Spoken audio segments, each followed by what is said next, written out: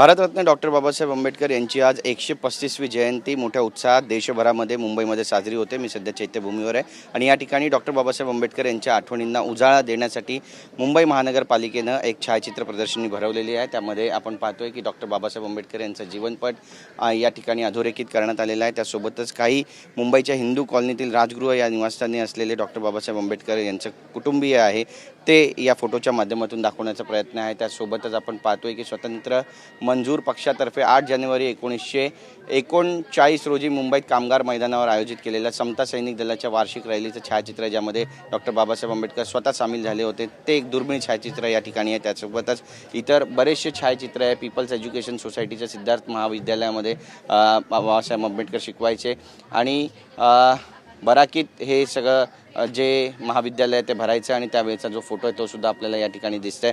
आणि त्यासोबतच स्वतंत्र भारताचे जे पहिले गव्हर्नर आहेत जनरल लॉर्ड माउंटबॅटन यांच्यासोबत पंतप्रधान पंडित जवाहरलाल नेहरू, सरदार वल्लभभाई पटेल, डॉक्टर श्यामाप्रसाद मुखर्जी, कायदा मंत्री डॉक्टर बाबासाहेब आंबेडकर आणि इतर मंत्रीगणांचं सप्टेंबर 1947 रोजीचं जे छायाचित्र आहे ते आपल्याला या ठिकाणी पाहायला मिळतं आहे। आणि त्यासोबतच बाबासाहेबांनी संविधान ज्यावेळी तयार केलं, ज्यावेळी मसुदा तयार केला त्यावेळीची जी छायाचित्र आहे, दुर्मिळ अशी जी छायाचित्र आहे ती सुद्धा आपल्याला या ठिकाणी पाहायला मिळतात। एकत्रित बाबासाहेबांनी महापालिकेशी केलेले हस्ताक्षरित पत्रव्यवहार असेल किंवा त्यांच्या पदवीमधील काही फोटो असतील किंवा काही दुर्मिळ फोटो असतील याचं प्रदर्शन भरवण्यात आलेलं आहे आणि याला पाहण्यासाठी बरीचशी लोकांची जी गर्दी आहे ती सुद्धा आता होईल असं बोललं जात आहे। आजचा दिवस अत्यंत महत्त्वाचा आहे कारण डॉक्टर बाबासाहेब आंबेडकरांनी शिका, संघटित व्हा, संघर्ष करा असा जो संदेश आहे तो दिलेला आहे आणि या छायाचित्राच्या माध्यमातून हा संदेश पुन्हा एकदा अधोरेखित होताना पाहायला मिळतोय। कॅमेरा पर्सन योगेश गुरवसा, गिरीश गायकवाड, TV9 मराठी, मुंबई।